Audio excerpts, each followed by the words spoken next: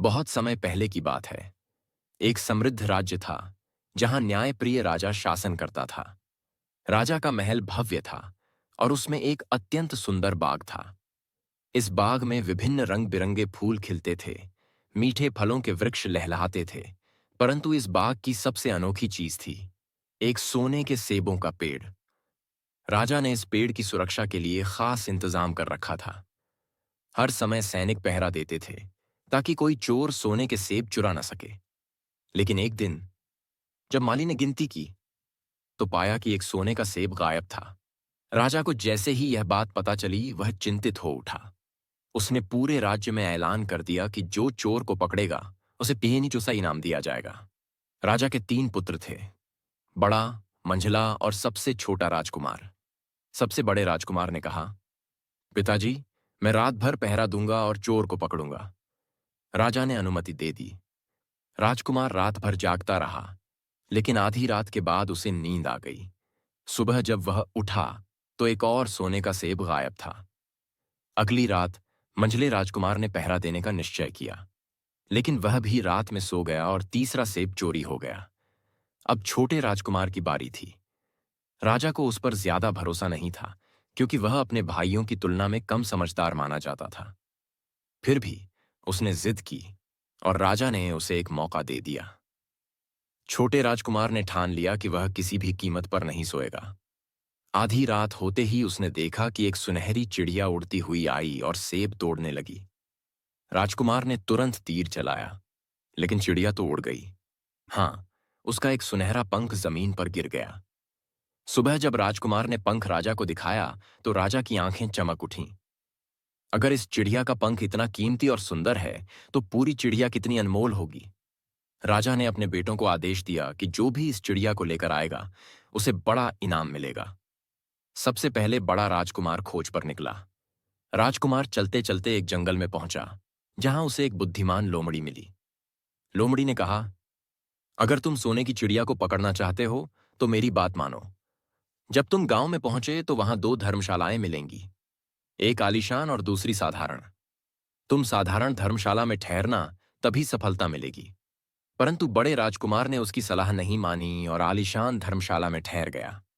वहां उसे नाच गाने में इतना आनंद आया कि वह अपनी खोज ही भूल गया।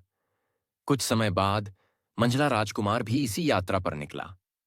उसे भी वही लोमड़ी मिली और उसने भी वही सलाह दी, लेकिन वह भी बड़े भाई की तरह सजी धजी धर्मशाला में रुक गया और वहीं रह गया। अब छोटे राजकुमार की बारी थी। उसने लोमड़ी की बात ध्यान से सुनी और साधारण धर्मशाला में रुका। सुबह लोमड़ी ने फिर उसकी मदद की और उसे सोने की चिड़िया के किले तक पहुंचा दिया। राजकुमार किले में गया, जहां पहरेदार गहरी नींद में थे। उसने देखा कि सोने की चिड़िया एक पुराने लकड़ी के पिंजरे में बंद थी। पास में एक सुंदर सोने का पिंजरा भी रखा था। लोमड़ी ने चेतावनी दी थी, चिड़िया को पुराने पिंजरे से निकालकर सोने के पिंजरे में, नहीं तो मुसीबत में फंस जाओगे। लेकिन राजकुमार सोने के पिंजरे को देखकर खुद को रोक नहीं सका। उसने चिड़िया को उसमें डाल दिया। चिड़िया जोर जोर से चहकने लगी और पहरेदार जाग गए। अब राजकुमार पकड़ा गया और राजा के सामने पेश किया गया। राजा ने कहा, अगर तुम मेरे लिए सोने का घोड़ा लाओगे तो मैं तुम्हें छोड़ दूंगा और चिड़िया भी तुम्हें दे दूंगा। राजकुमार अब घोड़े की तलाश में निकला। रास्ते में उसे फिर से वही लोमड़ी मिली। उसने कहा, घोड़े के पास 2 जीन होंगी, एक पुरानी और दूसरी सोने की। तुम पुरानी जीन को ही इस्तेमाल करना, नहीं तो फिर पकड़े जाओगे। राजकुमार ने फिर गलती की और सोने की जीन उठाने लगा। घोड़ा जोर से हिनहिनाया और राजकुमार पकड़ा गया। अब राजा ने उसे एक सुंदर राजकुमारी लाने का आदेश दिया। राजकुमार अब राजकुमारी को लेने गया। वहां भी लोमड़ी ने उसे चेताया, राजकुमारी कहेगी कि वह अपने माता पिता से मिलकर आएगी, लेकिन उसे वापस जाने मत देना। राजकुमार फिर भावनाओं में बह गया और राजकुमारी को महल में जाने दिया। पहरेदार जाग गए और उसे पकड़ लिया गया। अब राजा ने उसे एक आखिरी शर्त दी, अगर तुम 8 दिन में इस विशाल पहाड़ को खोदकर हटा दोगे तो तुम्हें राजकुमारी और माफी दोनों मिलेंगी। राजकुमार 7 दिन तक खोदता रहा, लेकिन पहाड़ वैसा का वैसा ही रहा। तभी लोमड़ी फिर आई। इस बार उसने खुद पहाड़ को रातों रात गायब कर दिया।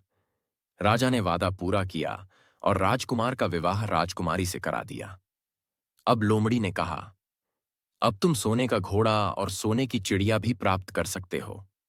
राजकुमार ने लोमड़ी की सलाह मानी, राजा को धोखा नहीं दिया और बड़ी चतुराई से सोने का घोड़ा और सोने की चिड़िया भी प्राप्त कर ली। जब राजकुमार अपने राज्य लौटने लगा तो लोमड़ी ने कहा, अब तुम मुझे मारकर मेरे शरीर पर पानी छिड़क दो। राजकुमार को यह सुनकर दुख हुआ, लेकिन जब उसने ऐसा किया तो लोमड़ी एक सुंदर राजकुमार में बदल गई। वह बोला, मैं एक राजा का बेटा था, लेकिन एक श्राप के कारण लोमड़ी बन गया था।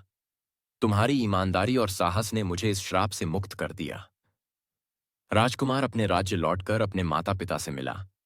राजा को जब सारी बातें पता चलीं तो वह बहुत प्रसन्न हुआ और अपने छोटे बेटे को सिंहासन सौंप दिया। तो दोस्तों, ये कहानी आपको कैसी लगी? वीडियो पसंद आया तो वीडियो को एक लाइक कर दो और चैनल पर नए हो तो चैनल को सब्सक्राइब कर लो।